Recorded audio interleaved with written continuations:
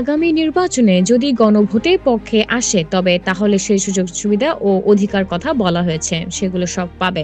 আর না যুক্ত হয় তাহলে আবার সেই বাংলাদেশ আগের দুর্যোগ দিনে ফিরে যেতে হবে। নির্যাতন নিপীড়ন চলবে, খুন গুম হত্যা বিচার বহির্ভূত হবে, আদালতে বিচার বলতে কোনো কিছুই থাকবে না।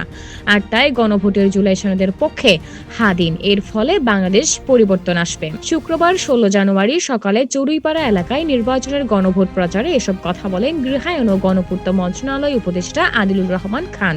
আমরা আপনাদের সামনে এসেছি এই জুলাই সনদ যেটা প্রণীত হয়েছে তার ম্যান্ডেট নিয়ে।